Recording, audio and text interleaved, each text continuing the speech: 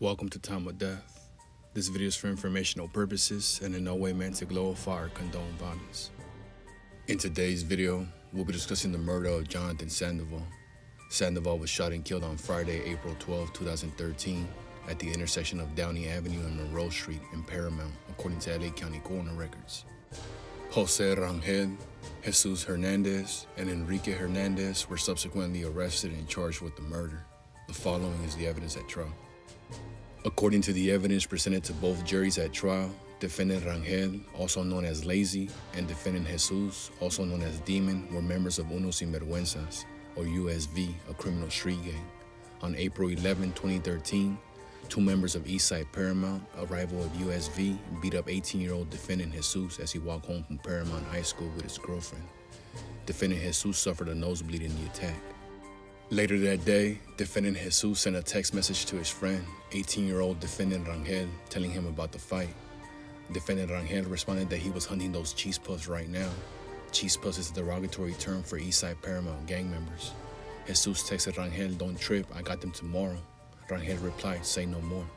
The next afternoon, defendant Rangel texted defendant Jesus at 1:20 p.m. to tell him he was 1 block away from Paramount High School in Eastside Paramount territory. He stated it's hot, meaning law enforcement was in the area. I got the thing with me, meaning Rangel had a gun.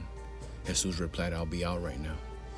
Defendant Enrique, Jesus' older brother and USV gang member known as Evil, picked up defendants Jesus and Rangel, and the three men drove to Eastside Paramount territory looking for gang members. They spotted the victim, Jonathan Sandoval, crossing the street near Downey Avenue and Monroe Street. The victim, known as Frosty, was an Eastside Paramount gang member, though not one of Jesus' assailants from the previous day. Defendant Enrique stopped the car, and defendant Rangel jumped out with his arm outstretched, pointing his gun at the victim. He quickly fired 4 or 5 gunshots at the victim, killing him. Defendant Rangel immediately got back into the car, and the three men sped away. A witness saw the shooting and followed Enrique's car for a short while, but stopped the chase after nearly colliding with another car. A short time after the shooting, defendant Jesus met his brother Ricardo's 15-year-old friend, Mejia, at Mejia's house and told Mejia we just smoked someone, which Mejia understood meant they killed someone. Defendant Jesus gave Mejia a gun wrapped in a shirt or fabric and asked him to hide it in his house. Mejia put the gun in a toolbox on a shelf in his garage. Before leaving Mejia's house, defendant Jesus borrowed Mejia's cell phone and made 3 calls, one of which was to defendant Enrique. Mejia heard Jesus tell Enrique, "Relax, it's all good, we're okay." He also overheard Enrique telling Jesus, "We're not good, someone saw us." Defendant Rangel did not testify. His custodial interview with police was played for his and Jesus' jury only. In that interview, defendant Rangel admitted he was a USV gang member and offered 3 different versions of events the day of the shooting. First, he told police he had spent the day at work and returned home in the afternoon to be with his girlfriend. Then, when he learned defendants Jesus and Enrique had spoken to police, he added new information. While at home with his girlfriend, defendants Jesus and Enrique called and asked him to go with them to a marijuana dispensary. He agreed. When they picked him up, Jesus showed him a gun. Defendant Rangel touched the gun and gave it back to Jesus. After obtaining marijuana at the dispensary, the 3 men drove toward Downey in Eastside Paramount territory. Suddenly, Jesus pointed out a man he said had jumped him the previous day and demanded that Enrique pull the car over. Then, to defendant Rangel's surprise, Jesus jumped out, shot the victim, and jumped back in the car. Rangel was worried. He had a daughter. Defendant Rangel changed his story again after police suggested people had identified him as the shooter. Rangel admitted he had shot and killed the victim, but now claimed he had done so under duress after a USV leader, a shot caller known as Big Man or Big Homie, had demanded he kill a Eastside Paramount member to pay off a $15,000 drug debt he owed the gang. Defendant Enrique did not testify. His recorded interview with police was played for his jury only. During that interview, Enrique denied he was a USV gang member, but admitted he had been a member of the M2K tagging crew that associated with USV. The day before the shooting, Jesus had called Enrique and told him he had been jumped by 3 Eastside Paramount gang members. Jesus' assailants had also threatened him. Concerned about his younger brother, Enrique picked Jesus up from school the day after the attack. He planned to find and talk to the individuals who had threatened Jesus. He intended only to demonstrate a show of support for his brother and perhaps engage in a fist fight with Jesus' attackers. He was not armed and did not intend to shoot anyone. While they were driving in Enrique's car, Jesus called defendant Rangel and they went to pick him up.